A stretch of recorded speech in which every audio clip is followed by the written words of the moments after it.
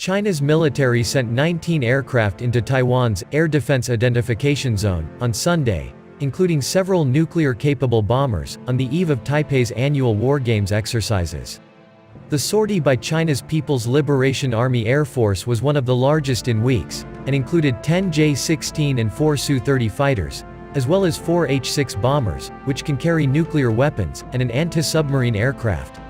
The planes flew a short distance from the coast of China towards the southern tip of Taiwan, north of the disputed Pratas Island, and into Taiwan's Air Defense Identification Zone, ADIZ.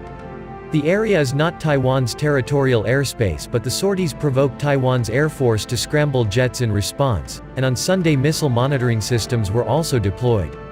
PLA flights towards Taiwan have increased in the last 18 months, with periods of near-daily flights involving a usually small number of planes.